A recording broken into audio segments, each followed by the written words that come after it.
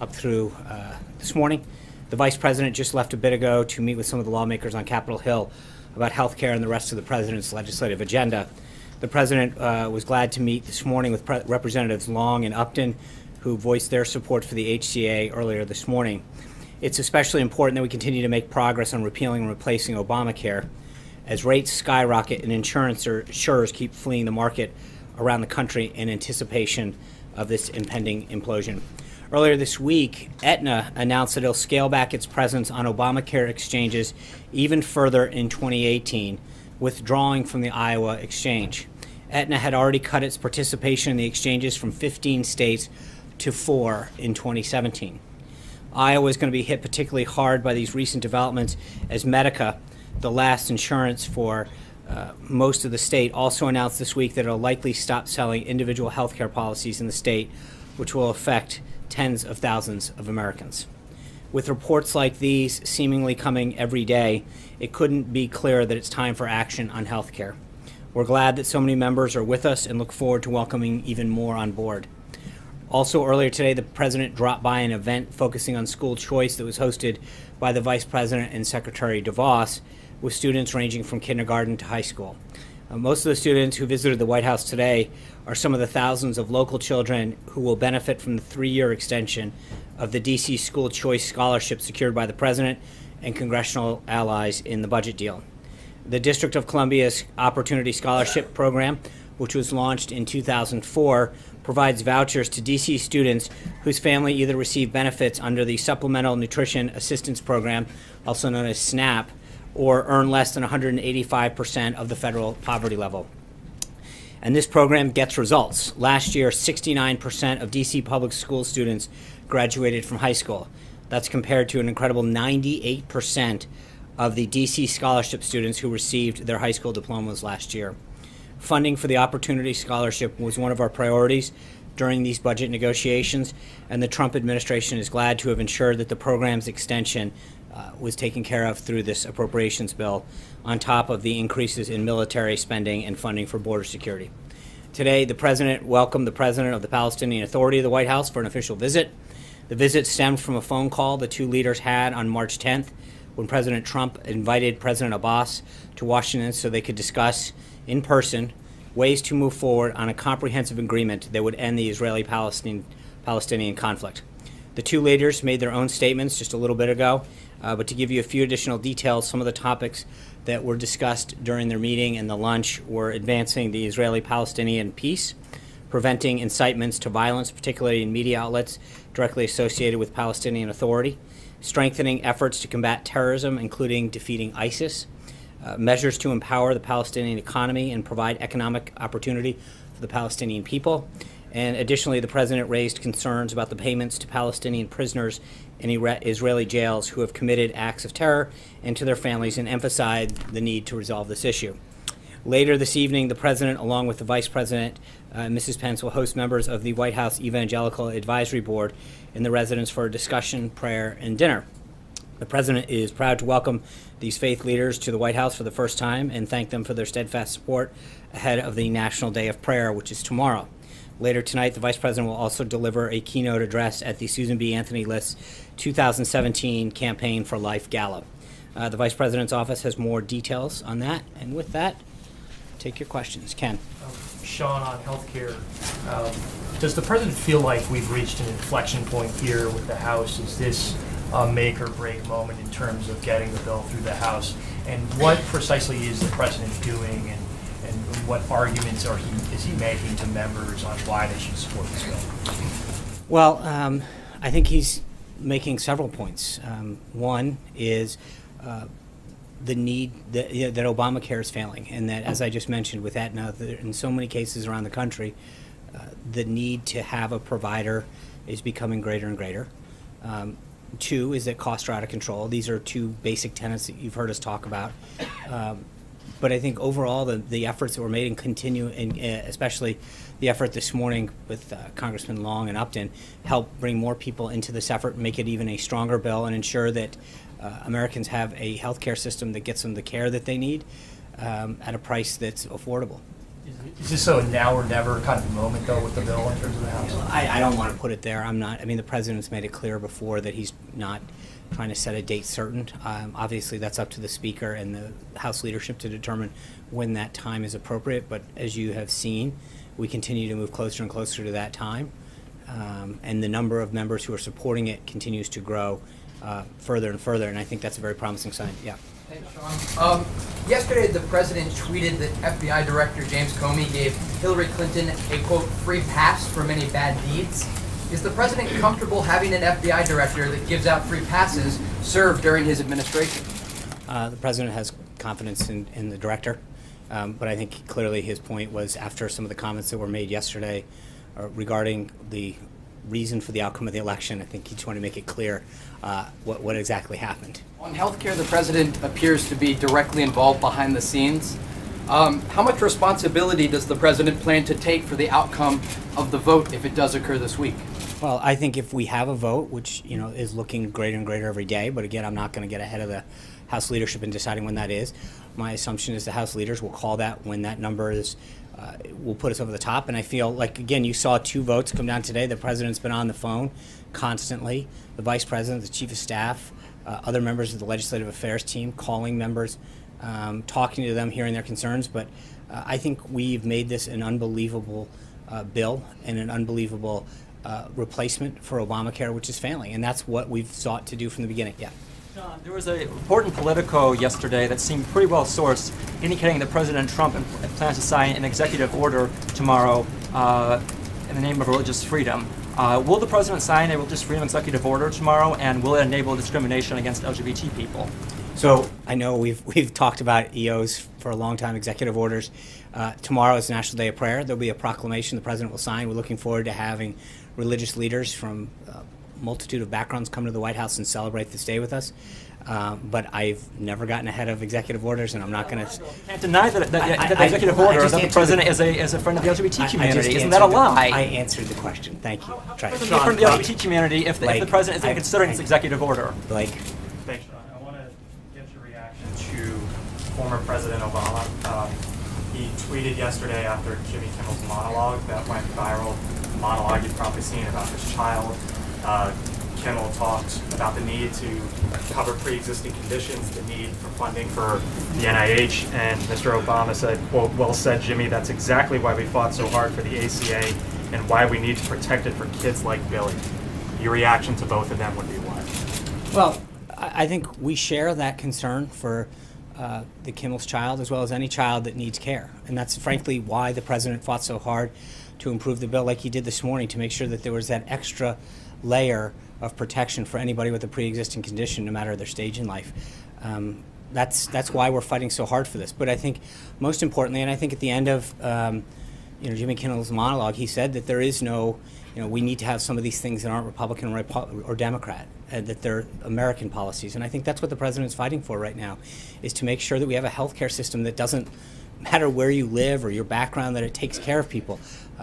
We're making sure right now, and we've talked about this endlessly over the last month or so, but we've got a healthcare system that's not doing what it's supposed to. It's failing. It's costing people too much. It's giving people a card, not coverage. And what the president's trying to do by working with these members of Congress is to make sure that we have the strongest possible healthcare system that covers them, that gives them the care that they need, that allows them to go see a doctor, that covers pre-existing conditions, and does so in a way that's not going to be out of range and unaffordable for most Americans. And I want to ask you about what Hillary Clinton said yesterday. She said, quote, "If the election had been on October 27th, I would be your president." And on the Hill today, James Comey testifying said, quote, speaking about October 28th, he said, "Would you speak or would you conceal?" James Comey make the right decision on October 28th? Well, look, I'm a Patriots fan, and I think if games ended in the third quarter, there would have been a different team here last week. But you play a game 4 quarters, you play an election until Election Day. So, well, with all due respect to her, that's not how it works. You don't get to pick the day the election's on. It's set by the Constitution. The president won 306 electoral votes, and I think there's been plenty of analysis on the election and where people chose to spend their time and their resources and their messaging. And I think it's somewhat sad that we're still debating why the president won in the fashion that he did. The speaker can seal that he make the correct decision. And Well, I'm not going to. I think, with respect to the election, I think the American people made their decision. Amen. Thanks, John. There's been a lot of focus recently on Ivanka Trump's role in this White House. Can you clarify for us what exactly her areas of responsibility are here and what her qualifications are for those responsibilities? Sure. I mean, I think Ivanka has built in a very successful business. She's been working with women to talk about empowerment and education for quite some time. It's a passion of hers, and I think for her to bring both her business acumen and success, her passion for women, empowerment and education, and entrance into areas that they haven't been able to get to, is one of the reasons that Chancellor Merkel reached out to her and asked her to come to the W20 summit, because I think she can use her voice to help bring attention to issues. She can use her resources and knowledge of individuals to help break down some barriers that young women, older women face in education and business. That's where she has always had her passion. That's what she's working on now. Responsibilities here. For example, the New York Times reported this morning that she has a weekly meeting with the Treasury Secretary. What's that meeting for? Again, I think that I mentioned it. I think there's a lot of times where she's meeting with folks to understand an issue, to get up to speed. But I think her primary focus, which she's always said, where her passion is, where her time is going to be spent, is figuring out how to empower women, how to break down barriers for women, whether that's in small business, in education, women, young women in poverty or families, and figuring out how to help them. But of course, I mean, part of that is to have conversations with people in government and figure out what programs exist where we can help additional folks using government or fix a government program that might be not properly being utilized. But there's a lot of that. Matt. Thanks, John. Back to healthcare. An analysis from AARP showed that the sickest patients will pay nearly $26,000 a year in premiums under the new healthcare law, and that $8 billion, which was included in that amendment this morning, is not nearly enough to lower those costs. So I'm wondering, how does that, which would be a major premium hike on the sickest patients, square with the president's promise to both lower premiums and take care of those with pre-existing conditions? So it sounds interesting to me that there are so many variables that are unknown that to make an analysis of that level of precision, it seems almost impossible. Hold on, let me give you an example. So right now, pre-existing conditions are covered in the bill. They've always have been. We've talked about that before. States have the right to receive a waiver. If someone has continuous coverage, that's never going to be an issue. Regardless of no circumstance, does anyone with continuous coverage would ever have a problem with pre-existing continuous. If someone chose not to have coverage for 63 days or more, and they were in a state that opted out, and they had a pre-existing condition, and they were put into a high-risk pool, then we've allocated an additional $8 billion over 5 years to help drive down those costs. So for someone to know how many people that is, what number of states are going to receive a waiver, ask for and receive a waiver, is literally impossible at this point. So to do an analysis of any level of factual basis would be literally not an impossible thing. Follow-up questions. Okay. One, would the president prefer, does he have a preference as to whether or not states opt out, given that option? And two, yes or no, will people with pre-existing conditions pay higher premiums under this bill than they currently do? I think everything that we've done, including the additional $8 billion this year, have everything that I've seen shows that the cost curve goes down for them in a lot of ways. So I would, if you have pre-existing conditions, and again, remember what a small pool that is. If you have a pre-existing condition currently, the bill protects you. The only factor would be is if you live in a state that potentially has asked for a waiver and then is subsequently granted it, and if you've gone 63 days without continuous coverage. So if you have continuous coverage, if you live in a state, it'll never ever be a factor. But the president has worked to make sure that in every single scenario, everybody, he has kept true to his word that pre-existing conditions are covered and that the cost curve continues to bend down. And so. Then on that other question, the congressman this morning from Michigan was saying he's confident from conversations with his governor Right. that his state will not ask for a waiver. Great. Does the president have a preference as to whether or not states ask for waivers? The president's preference, and the president believes in states' rights, number one. Number two, his, not just preference, his goal is to make sure, as he stated repeatedly, is that pre-existing conditions are covered, care coverage goes up, and costs go down. Those are the principles that continue to guide him. Cecilia. Thank you. I want to go back to Director Comey on the Hill today and some things he said about Russia. One of the things that he said was the Russian government is still involved in American politics. Is that the view of this White House? I think that's the view of the FBI. I mean, I'm not. Is that different than the White House? I don't. I mean, we rely on them and the rest of the intelligence community to provide the president with updates on what they're learning. So it's not. We don't. It doesn't go that way. The director and the intelligence community update the president on all of the threats that the United States faces and all of the intelligence activity that need to be briefed. And in that particular one, does then he accept that? Well, again, I don't know what he is. Briefed the president. I'm not trying to be coy on this, but I'm just saying, like, I don't know what he has recently briefed or how. I know that the question that was asked during the testimony, I don't know what new evidence beyond what they shared with the president in December has happened between then and now. Okay, there's one more thing on that front. He called Russia, quote, the greatest threat of any nation on earth. Is that something the president agrees with? I think the president's been very clear that he thinks the threat that North Korea poses with the potential nuclear weapon that has range capacity is something that he finds to be threatening to the lives of American and our allies. Alexis? I have two healthcare questions. Okay. Can I follow up on what you were saying about the president's conversation with Congressman Upton? Until yesterday, the president thought there was sufficient funding, and Congressman Upton came to him and suggested $8 billion more. You were just saying that it's impossible to estimate what would be needed. My question is, why did the president think that there was sufficient protection for those individuals who have pre-existing health conditions yesterday, but today he now believes $8 billion will cover it? What persuaded him that the number that he had embraced yesterday was not sufficient and that $8 billion is going to do it? So in this particular case, Congressman Upton, I think Congressman Long addressed it, that he, through a series of conversations that he had with the president, shared with the president a concern that he had in their shared goal of covering pre-existing conditions. The president, as Congressman Long discussed outside, expressed that the president expressed to him that the pre-existing conditions were covered and went through the various scenarios. Congressman Long felt as though there were scenarios in which potentially the high-risk pool, it wasn't a question of coverage, it was a question of cost. And so the president engaged in a conversation with them, and through some of the analysis that Congressman Upton and Congressman Long had done, the president agreed that if we add an additional safety net, which is frankly what that is, not on the coverage but on the cost, that could ensure that the cost curve further gets bent downward. And the president agreed, because at the end of the day, look, the president's talked about this from the beginning, that he wants to work with members to make it the strongest possible bill, to have the strongest outcome for the American people in a healthcare system in which both the cost continues to go down.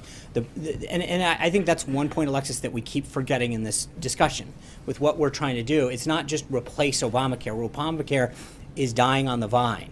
The costs are spiraling out of control, deductibles are going up, and carriers, again, this isn't a theoretical discussion. Aetna, as we just discussed, is pulling out of states, and counties around the country are now going down to one, in some cases, 0 choices.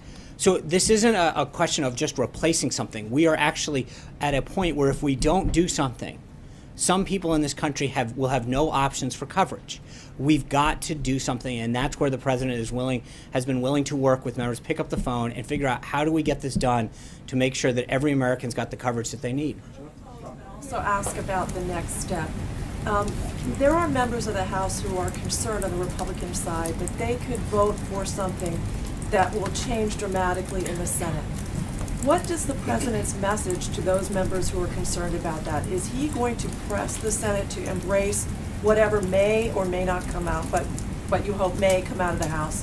Well, of course. To be adopted by the Senate in whole. Well, I think the legislative process works its will. The Senate will take up the House bill, and then they'll go to conference. And then that's when both sides, again, will have an opportunity to discuss any potential changes. The president feels really good about how this bill has evolved, how much stronger it's become. to achieve the goals that he set out, and he continue to work with Leader McConnell and others when it gets to the Senate to make sure that we, anything that there could be issues that come up between now and then, but our number one goal is to get it out of the House, focus, and then have those conversations with the Senate, and then go to conference. But for right now, and in a perfect world, they would just take it straight up and we would go. But I have a feeling the Senate's going to want to say at this, so we'll go from there. John. Thanks a lot, Sean. Chairman Upton and Congressman Long, we're very pleased, as we heard before, with this legislative fix. They say they've turned their no's into yeses. That's right. Do you believe there's additional legislative fixes that are still to come before this bill actually hits the House floor? The president's always said he's willing to hear ideas. This is a question for Speaker Ryan and Leader McCarthy and Congressman Scalise in terms of when's the appropriate time. If they feel that they've gotten to a place where they have the votes necessary to take it to the floor based on the number of suggestions and fixes and updates, then that'll be up to them. But I'm not going to prejudge. In this case, through those conversations, and the president has constantly been on the phone for the last several days and continues to do so to hear members' issues and concerns. And so if there's a point, but I think we're getting to that number closer and closer, but that will be ultimately a decision that Speaker Ryan and Leader McCarthy have to make. On timing, I've heard different things from the president over the course of the past few weeks. At one point, I heard the president say he wants the bill to be taken up now. Other times, it's not important, we'll just get the bill right. What's your view? Is it very important, as far as the administration is concerned, that this bill vote take place sooner rather than later? Well, obviously the sooner the better, right? But we don't want to put it up for a vote. I mean, the goal is to pass it, which we continue to get closer and closer to every day. But you don't want to put it up, and not move forward. So the president wants to make sure that the leadership is confident that they can pass the bill, and I think he's done everything he can in terms of speaking with members of the House to get there. But ultimately, that's going to be their decision to do it. And I think we continue to feel optimistic about the direction that we've seen the legislation go. Mike. I wanted to revisit the president's comments and his tweets about the omnibus spending bill. He campaigned on his business record as on his ability to make good deals, make better deals than politicians in the past have. Does the president view the spending bill as a good deal? Yes. Chris, come on, Sean. Thank you. Sean, can you say definitively that no one living with a pre-existing condition will pay more under the Upton amendment if it does get passed? I think we've done everything we can to do that, and every measure that the president has taken further not only ensures that people with pre-existing conditions get covered in every scenario, but does so in a way that bends the cost curve down. But can you guarantee it? Well, I mean, I think, with all due respect, to answer a question to say, can I guarantee something?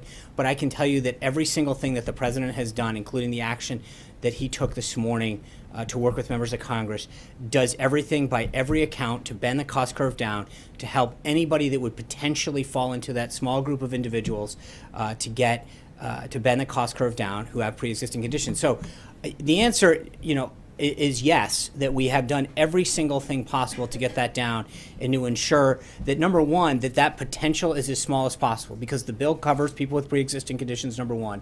Number two, it does everything to ensure that if a state seeks a waiver, that they are still covered. But it looks at every single possibility to ensure that people get the care that they need. And is there a concern? You criticized former President Obama rushing through his health care plan. Is this not being rushed through? This legislation hasn't even been scored yet by the CBO, for example, or put up for public debate. This latest piece of legislation.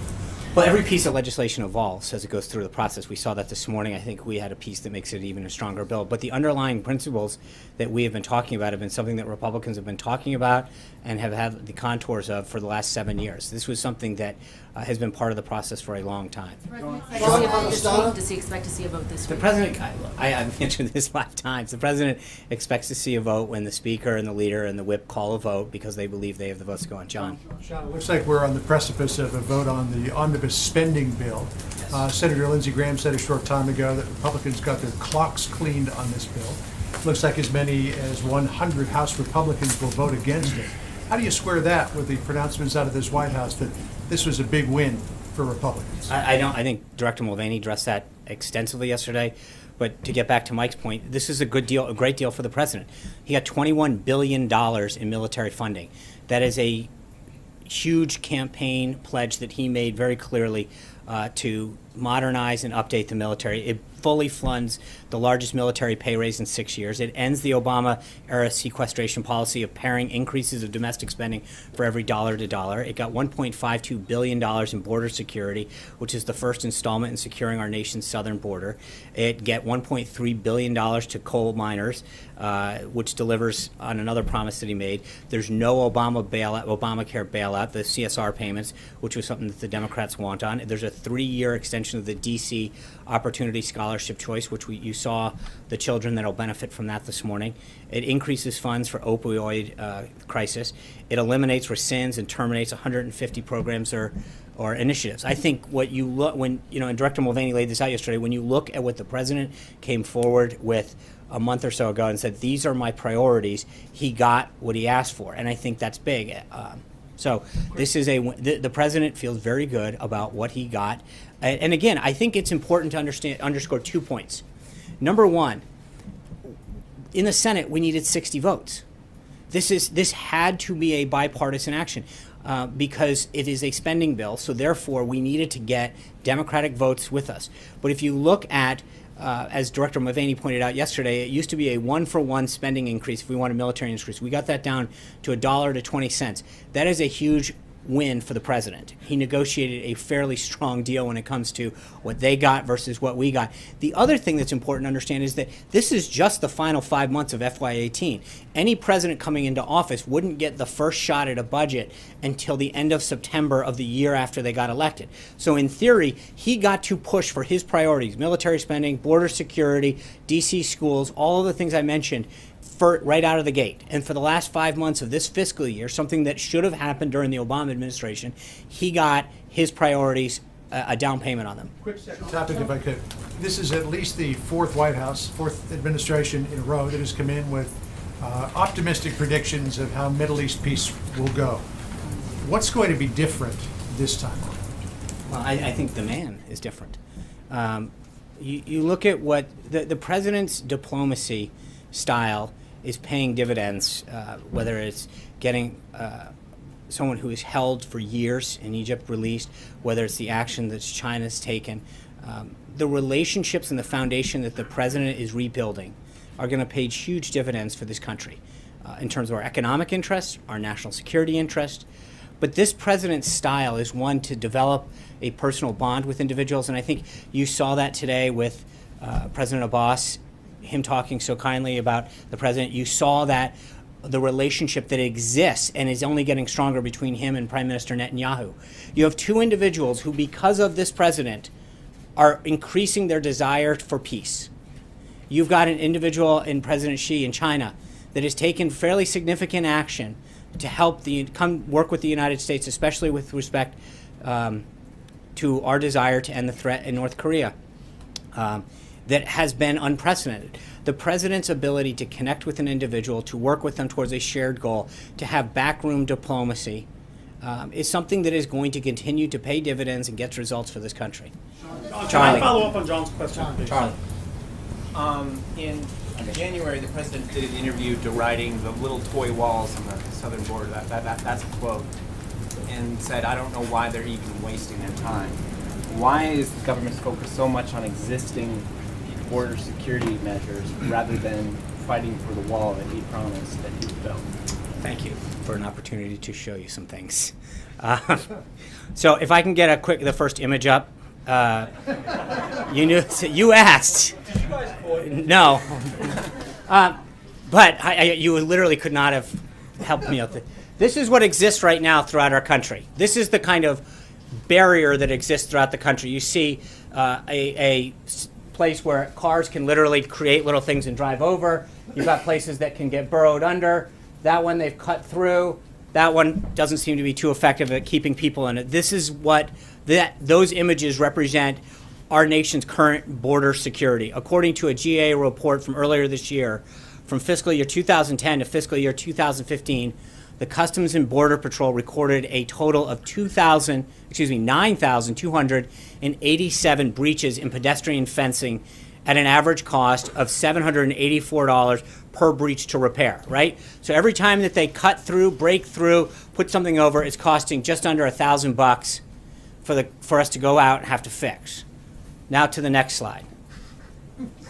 You had no idea you were getting this, did you? So the bill that is about to get passed, Title VI, which pertains to the Department of Homeland Security's funding on additional appropriation, states that an additional $497.4 million, quote, for procurement, construction, and improvements. Of that total, $341.2 million are to, quote, and this is literally what it says in the bill, to replace approximately 40 miles of existing primary pedestrian and vehicle border fencing along the southwest border using previously deployed and operationally effective designs such as currently deployed steel bollard designs that prioritize agent safety. So that's your answer, Charlie. Hold on. So hold on. Let me just, we have a porous border right now with broken fences, things that can be cut through, places that can just literally be driven over.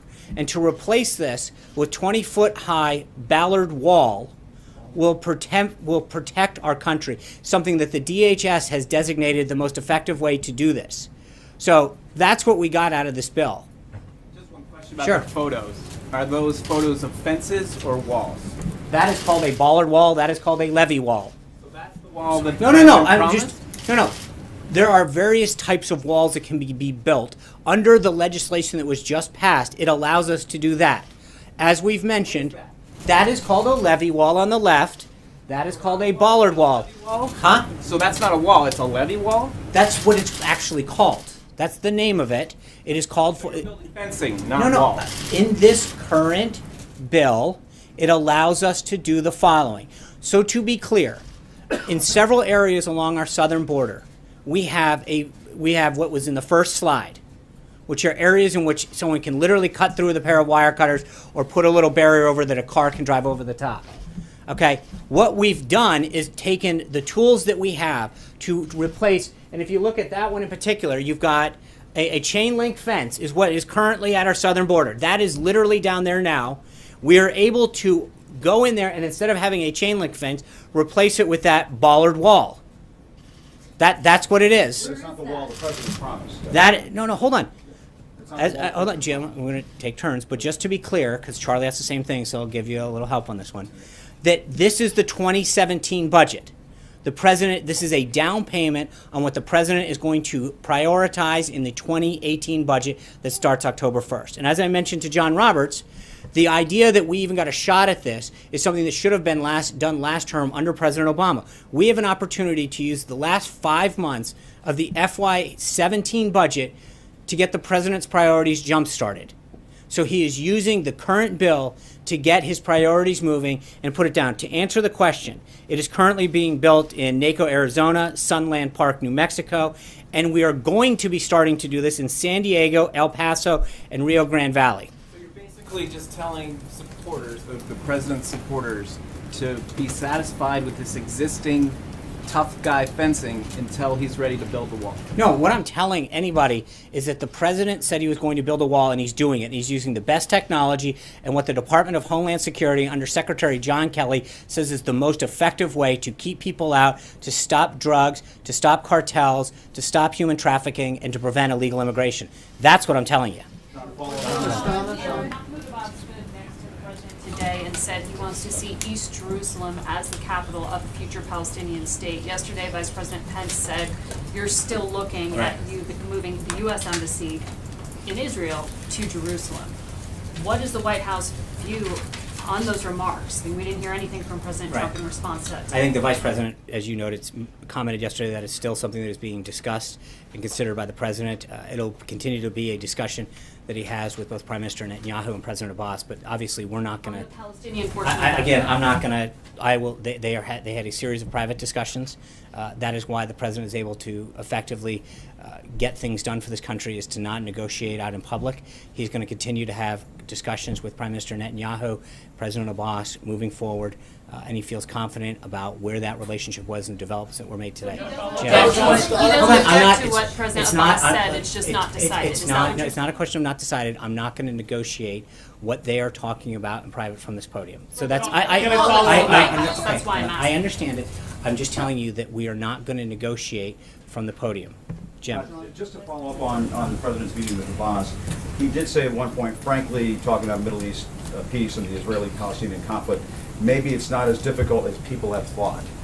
Why does he believe that the toughest, arguably the toughest foreign policy challenge in our lifetime may not be as difficult as people have thought? I think both of these leaders have very publicly expressed the confidence they have in the president's negotiating skills, in the president's desire to work to get peace, the relationship that he's built with them individually, and the trust and respect that they have for him. And I think that he, in discussions with them, in private discussions with them, feels very optimistic about the shared goal that everybody has. Obviously, there's a lot of issues that have to get covered, but the president understands that they respect his ability to want to get this done, his relationships and respect that have been developed, and I think this is something that he really wants to have happen. And back to health care, why even monkey around with pre-existing conditions? That's the most popular thing in Obamacare. Why are you guys spinning your wheels, messing around with pre-existing conditions? I wouldn't call it messing around, or however you phrased it. I think the president wants to do everything. Right now, people with pre-existing conditions are covered. They're not discriminated against. No, just hold on. You're going to change to a system where who the hell knows what's going to happen? It depends on what state they live in. If they live in this state over here, that governor may seek a waiver, and all of a sudden they're thrown into this system where hopefully that fund is going to cover their pre-existing conditions. It is a big change for people who live with those kinds of illnesses, is it not? Well, look, the big change, I guess we have a very different view of this, because my view, and I think the president's view, is that Obamacare, if you have a pre-existing condition and you no longer have a health care provider, and your pre